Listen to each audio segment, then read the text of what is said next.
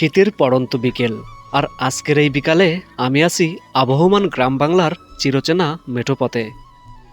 রাস্তার পাশে দৃশ্যমান বিলুপ্তপ্রায় মাটির বাড়ি, মাটির ঘর দেখলে মনে পড়ে যায় পুরনো দিনের কথা। তখন প্রতিটি পাড়া মহল্লায় প্রায় সবারই মাটির ঘর ছিল।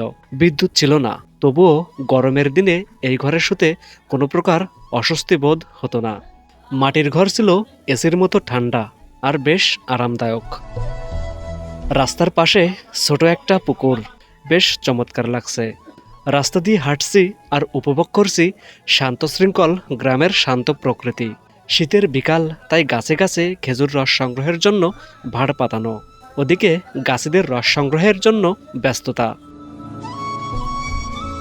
বিকেলে ছুটে চলা গ্রামের মানুষ আর আজকের কুয়াশাচ্ছন্ন এই শীতের বিকেল, সব মিলিয়ে ছোট্ট এই ভিডিওটা কার কাছে কেমন লাগলো কমেন্ট করে জানিয়ে যাবেন। ভিডিওটি দেখার জন্য অসংখ্য ধন্যবাদ।